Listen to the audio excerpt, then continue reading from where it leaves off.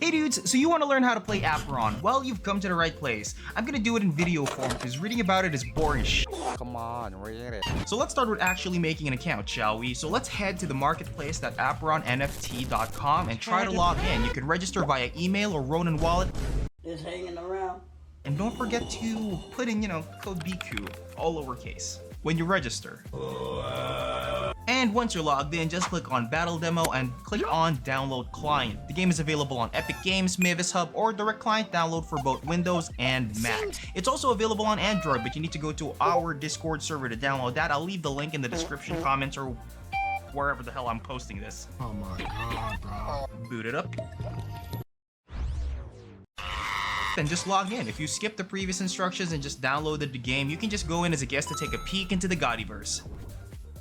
You're gonna go through a set of tutorials, choose your first element, and get the basic controls. And after that, you'll be in what we call the Cradle. The Cradle is basically just a gamified form of the main menu. So now that we're here, click on the Rubik's Cube icon in the upper right corner and click Settings to choose your server, and you're all set. Other than that, the game comes in different languages such as Chinese, Japanese, Korean, I'm only naming Asian ones. Crap, what else? Spanish, Russian.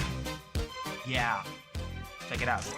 Okay, camina hacia el lado superior derecho del mapa. Walk towards the upper right corner of the map to go to the PvP area. From here, you can set up your team. There are 4 pre-made free-to-play comps you can pick and play. Click on the arrows on the left or the right side of the screen to scroll through them. See the big guy in the middle? That's you. That's the avatar, the planet, the big honcho, the big boss. And the tiny little creatures are your apostle dudes. You can carry up to 6 of them to battle and fight for you. So what does the battle look like? First, let's review the basics. WASD on your keyboard to walk around, spacebar to dash, and the escape button to let go of whatever card you're holding. Auto attacks is your most basic ability. Since you use it automatically, as you walk, you wind up your attack and it will only execute the moment you make a full stop. English or Spanish? Baby, you got something in your nose. Sniffing that K, did you feel the If you dash or get stunned, the wind-up gets reset, but it's free damage, so use it. Even long-time players still don't grasp the concept of a free auto attack, so maybe this tutorial will breed a new generation of actual good players that can use auto attacks. Got that? Cool. Anyway, let's talk about skill cards found at the bottom right side of the screen in game. Your abilities are in the form of cards in a deck with 3 from your avatar and 3 more cards for each apostle you have in the battlefield. So if you have 4 apostles and your avatar, your deck is composed of 15 cards. So if you want to use the same card more than once, you're gonna have to go through the whole deck. Or one of your apostles needs to die. WASD to move around and spacebar to dash to whichever direction you are pressing. It has a short cooldown before you can dash again, so use this very wisely. Very wisely, okay? And abilities cost mana to cast, and their cost can be seen on the upper left side of the card. Don't have enough mana? Oh no, how can I spam? Well, don't worry. You gain mana automatically, and it regenerates even more for each apostle you have on the field. So more people, more mana. To use the skill cards, just drag them towards the middle of the field to activate them. Cards that require targeting can be hovered over units or the ground, depending on the ability. Some abilities are self-casted that requires no target and can just be dragged in the middle of the map, such as Starfall Gambit or Zip Zap Orb, 2 of the most balanced abilities in the game. And if you don't want to drag them, you can quick cast them on your keyboard with the hotkeys 1, 2, 3, and 4, which will immediately drag the cards to your cursor. In the lower right corner of the screen below your mana is where you discard your cards you don't need. Either it doesn't match your combo, or it's just really not that useful in that current situation. The discard feature also acts as an offering system to charge up other cards by discarding other cards. Who wrote this? Cards such as Welcome to the Slam to increase its damage, or Baby Cage to increase its duration. But let's not get too ahead of ourselves. First, we need to learn the formation and how a match is decided. So for beginners, just put the tanky boys in the front and the squishy dudes in the back, or whoever you want the aggro to be prioritized in the beginning. A match is a best of 3, so just win twice to win the game before your opponent can. The winner gains stars, and the amount of stars you have determines your rank, from playing like a god to playing like a boss. You can even emote while fighting someone to assert dominance or play the mind game tactic, or just want to be annoying as heck.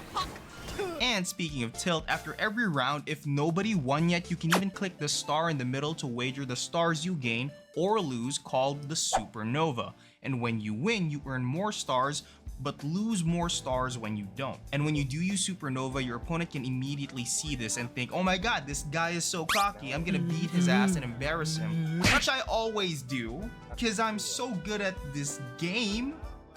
Yeah. Flashback.